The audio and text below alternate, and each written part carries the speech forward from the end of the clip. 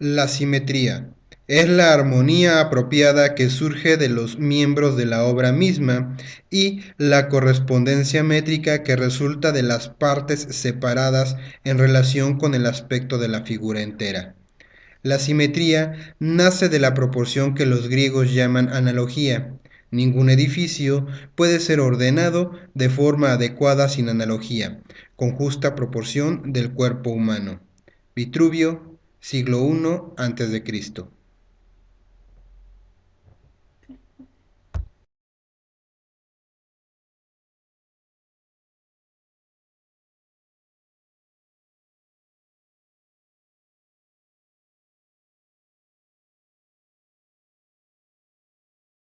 Es útil discutir primeramente algunos aspectos generales de la simetría. Se sabe que hacia el año 2000 a.C. se tenía ya en la Baja Mesopotamia la evidencia del desarrollo de esta noción geométrica, la cual estaba presente en una multitud de objetos de uso cotidiano, en los cuales se revela que el hecho de hacerlos simétricos no solo era una necesidad práctica, sino también estética. Desde la mitad del siglo pasado se ha comenzado a estudiar la geometría y particularmente la simetría por medio de grupos. Sin embargo, el concepto de grupo fue desarrollado desde el siglo XVII por el matemático francés Évariste Galois. La simetría bilateral o reflexiva se define por la existencia de un plano llamado sagital que divide un objeto en dos mitades idénticas. La mayoría de las especies animales presentan simetría bilateral, de manera que son clasificados en un grupo llamado Bilateria. De igual manera, observamos esta característica en las hojas y flores de muchas plantas, por ejemplo, las orquídeas.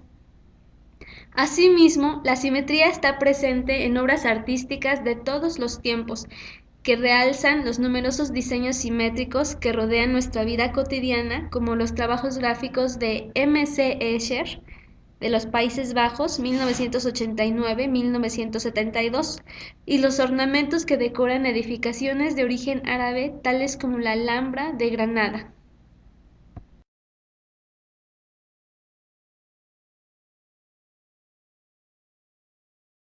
En la naturaleza encontramos muchos patrones matemáticos, una gran variedad de formas simétricas que ningún pintor o ingeniero podría superar. Desde la antigüedad, grandes filósofos se encargaron del estudio de estos patrones con el objeto de explicar el orden de la naturaleza. Más tarde, en el siglo XIX, el físico Joseph Plateau se interesó también por los estudios de estos patrones que nos muestra la naturaleza. Al observar las películas de jabón, descubrió el concepto de superficie mínima. Hay situaciones en las que la naturaleza actúa de manera que minimiza longitudes y superficies. En el año 1744, Pierre-Louis Moreau propuso su gran esquema del mundo. La naturaleza opera siempre con la misma economía. De igual manera, en la actualidad, Marcus du Sautoy se ha dedicado al estudio de dichos patrones, encontrando resultados sorprendentes. Uno de los resultados que más ha llamado la atención en los patrones de la naturaleza es la proporción en la que se encuentran, llamada razón o proporción áurea. El número áureo o de oro, como también le llaman, surge de la división de un segmento en dos partes que guardan la siguiente proporción. La longitud total A más B es al segmento más largo A, como A es al segmento más corto B. Se trata de un número algebraico irracional que posee muchas propiedades interesantes y que fue descubierto en la actualidad no como una expresión aritmética, sino como relación o proporción entre dos segmentos de una recta, o sea, una construcción geométrica. Esta proporción se encuentra tanto en algunas figuras geométricas como en la naturaleza, en las nervaduras de las hojas de algunos árboles, en el grosor de las ramas, en el caparazón de un caracol, etc.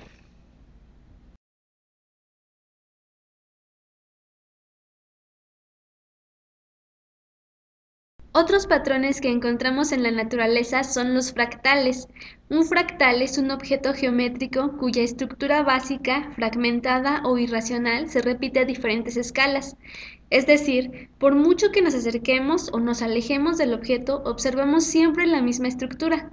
De hecho, somos incapaces de afirmar a qué distancia nos encontramos del objeto, ya que siempre lo veremos de la misma forma. El término fractal, del latín fractus, fue propuesto por el matemático Mandelbrot en 1975.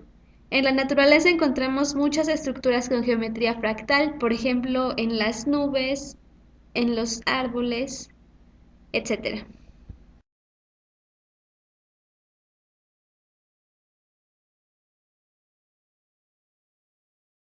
2014 ha sido proclamado Año Internacional de la Cristalografía. Hace exactamente un siglo se descubrió que los rayos X podrían ser utilizados para ver la estructura de la materia de una manera no intrusiva. Hoy en día, la cristalografía de los rayos X se ha convertido en la técnica principal para el estudio de la estructura de la materia a nivel atómico o molecular.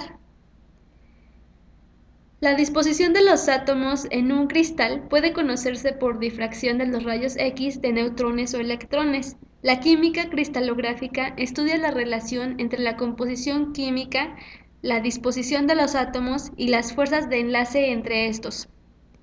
La cristalografía es la ciencia dedicada al estudio y resolución de estructuras cristalinas. La mayoría de los minerales adoptan formas cristalinas cuando se forman en condiciones favorables. La cristalografía es el estudio del crecimiento, la forma y la geometría de los cristales. Un cuasicristal es una forma estructural que es ordenada pero no periódica. Se forman patrones que llenan todo el espacio aunque tienen falta de simetría translacional, mientras que los cristales, de acuerdo al clásico teorema de restricción cristalográfica, pueden poseer solo simetrías rotacionales de 2, 3, 4 y 6 pliegues. El patrón de difracción de Bragg de los cuasicristales muestra picos agudos con otros órdenes de simetría, por ejemplo, de 5 pliegues. Las teselaciones aperiódicas fueron descubiertas por matemáticos en los inicios de la década de 1960 y unos 20 años después se encontró que aplicaban al estudio de los cuasicristales. El descubrimiento de estas formas aperiódicas en la naturaleza ha producido un cambio de paradigma en los campos de la cristalografía. Los cuasicristales han sido investigados y observados anteriormente, pero hasta la década de 1980 fueron ignorados en favor de las prevalecientes ideas acerca de la estructura atómica de la materia.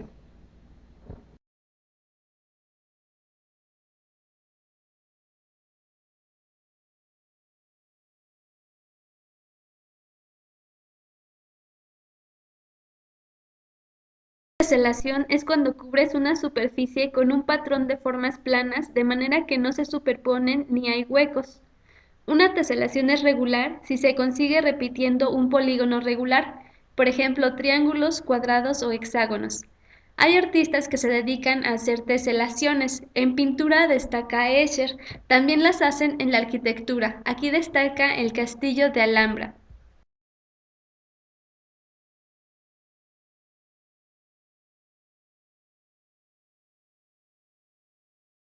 Anteriormente mencioné, la simetría se puede estudiar a través de la teoría de grupos.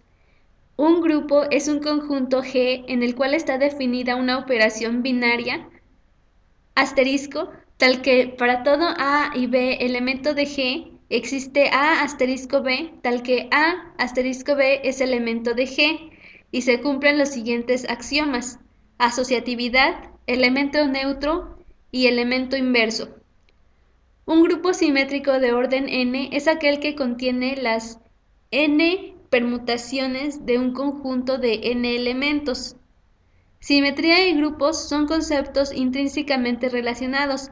La idea de que la geometría está definida por medio de grupos de transformaciones fue desarrollada por Felix Klein, 1849-1925, en su célebre discurso conocido como el programa de Erlangen.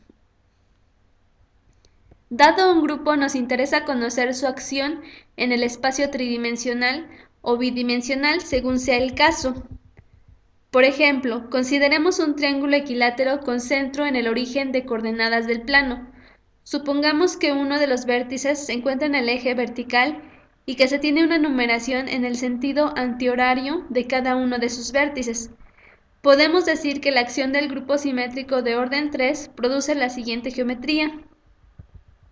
El conjunto de movimientos rígidos de un triángulo equilátero forman un grupo. Las rotaciones en múltiplos de 120 grados forman a su vez un grupo. El producto de dos reflexiones es una rotación. Una rotación por una reflexión es una reflexión. A saber, es posible hacer dos tipos de movimientos: los rígidos que no deforman al objeto y los movimientos topológicos que deforman al objeto pero sin llegar a romperlo. De esta manera, la simetría se estudia por medio del grupo denominado grupo de los movimientos rígidos del plano, cuyo objeto es el de determinar estos movimientos rígidos que dejan invariante a una figura del plano. Las transformaciones lineales son una herramienta imprescindible para el estudio de las simetrías de figuras en el plano y en el espacio. Observamos objetos que permanecen invariantes bajo alguna transformación, sea esta una reflexión en el plano, en un punto, en varias rectas, traslación vertical o bien rotación en torno a un punto dado. Las posibles transformaciones que se pueden realizar se clasifican en los siguientes tipos: la invarianza bajo reflexión de un punto, la invarianza bajo traslación, la invarianza bajo rotación en torno a un punto fijo del plano y la invarianza bajo rotación en torno a un eje.